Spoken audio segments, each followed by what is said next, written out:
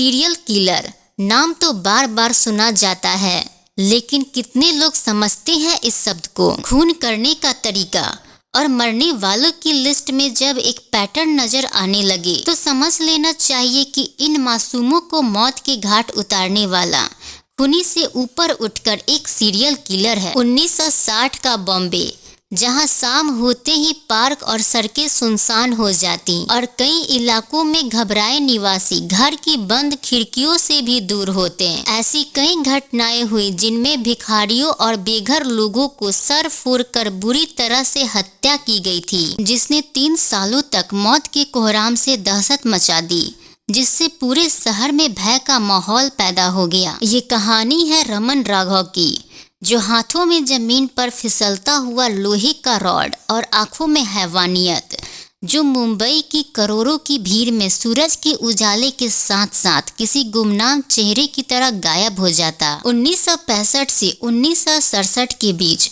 जब 19 लोगों पर हमला किया गया था। 1968 में 2 साल के बाद उस दशक में मुंबई पुलिस के लिए अब तक का सबसे भयानक और पेचीदा केस, जिसे सुलझाना नामुमकिन सा लग रहा था, एक सीरियल किलर का था। सीरियल किलिंग इन हत्याओं के पीछे न तो कोई मकसद होता है, न ही कोई निजी दुश्मनी, और जवाब हत्यारे के किसी बंद कोने में पड़ा होता है। हिंदुस्तान का पहला documented serial killer Raman Raghav एक साइकोटिक सीरियल किलर था। तो चलिए मैं ये कहानी आपको शुरू से बताती हूँ। अगस्त 1968 में मुंबई के बाहरी इलाकों में हत्याओं की एक श्रृंखला शुरू हुई। रमन फुटपाथ और झोपड़ी में रहने वाले लोगों को मौत की नींद सुला देता, सभी हत्याएं रात में करता और मारने के लिए रॉड का इस्तेमाल करता। मुंबई के पूर्वी उपनगरों में कुछ साल पहले 1965 से 1967 के बीच हत्याओं की एक समान श्रृंखला शुरू हुई। उस वर्ष एक साल में 19 लोगों पे हमला किया गया था, जिसमें से 9 की मौत हो गई थी।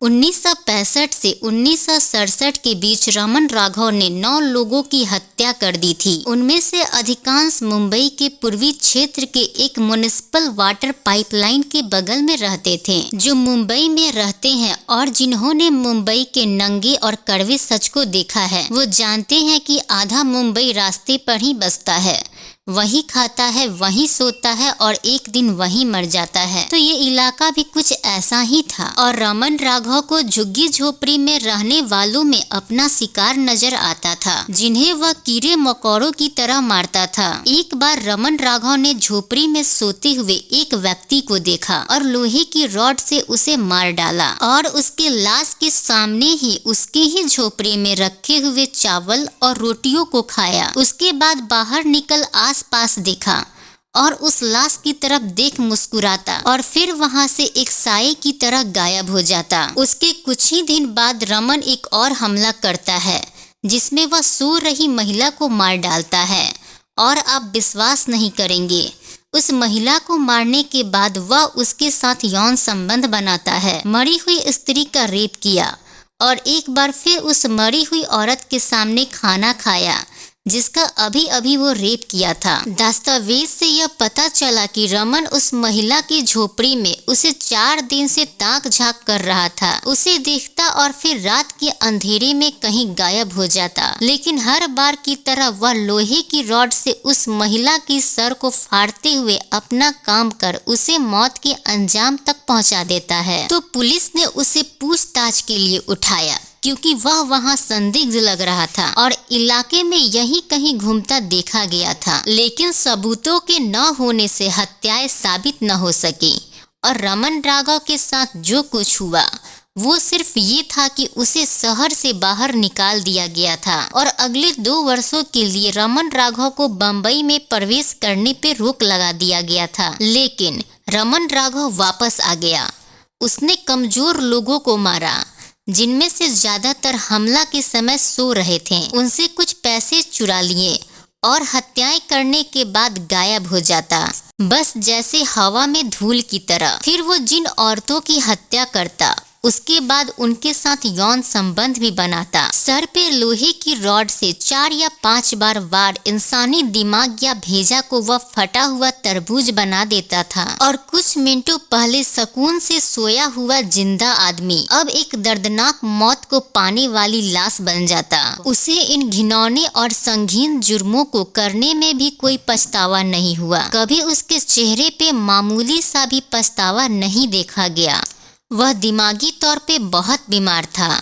आखिरकार उसे 2 व्यक्तियों की हत्या के आरोप में धारा 302 के तहत गिरफ्तार किया गया। हिरासत में लेने के बाद भी 1965 से 1968 तक रमन राघव के मचाए हुए मौत के तांडव का एक एक कर पूरा खौफनाक चेहरा बाहर आया, जो सिर्फ और सिर्फ खून से सना हुआ था। 1968 में क्राइम ब्रांच के प्रमुख के रूप में पदभार संभालने वाले युवा पुलिस अधिकारी रमाकांत कुलकर्णी और उनकी टीम ने आखिरकार 27 अगस्त 1968 को रमन राघव को पकड़ लिया। 27 अगस्त ये वो दिन था जब कुलकर्णी साहब की टीम ने एक सब इंस्पेक्टर जो रमन को कुछ तस्वीरों और विक्टिम्स की टेस्टिमनी से पहचाना, जो रमन के हमले से जिंदा बच गए थे और उसका चेहरा देखा था। पुलिस की टीम उस इलाके के पुख्ता 2 गवाहों की मदद से उसे हिरासत में लिया, लेकिन अब सबसे बड़ी चुनौती ये थी कि इसका मुंह कैसे खोला जाए, इसके सारे राज इससे कैसे उगलवाए जाएं, क्योंकि पूछताछ के दौरान रमन ने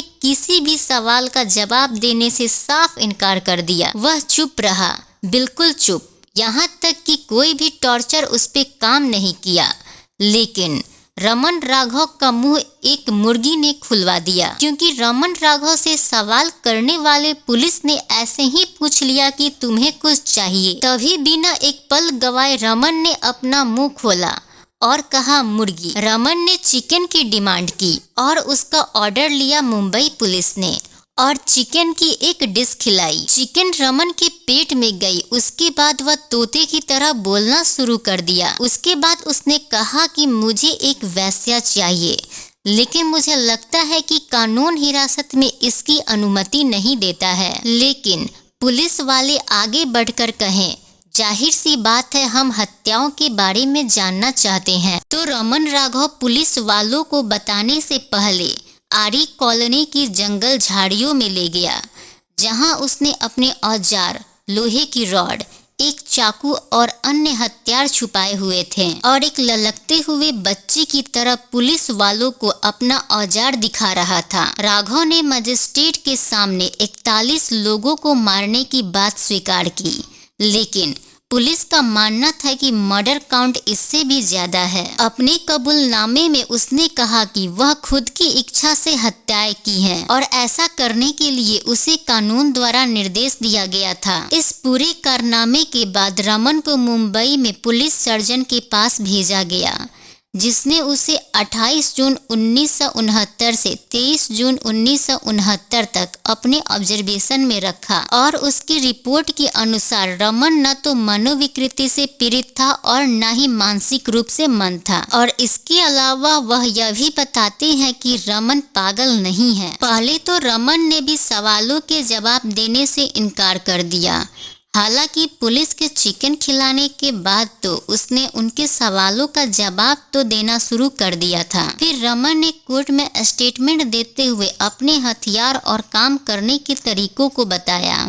इसके बाद ये मामला सेशन कोर्ट मुंबई की तरफ बढ़ा दिया गया। 2 जून 1969 को मुंबई में सेशन कोर्ट में मुकदमे की कार्रवाई शुरू हुई। 13 अगस्त 1969 रमन को 1968 में 25 अगस्त और 26 अगस्त की रात को मल्लाड में चूनावाली फार्म में 2 भाइयों जगन्नाथ यादव और दिलार जग्गी यादव के डबल मर्डर के लिए सेशन जज द्वारा मौत की सजा सुनाई गई।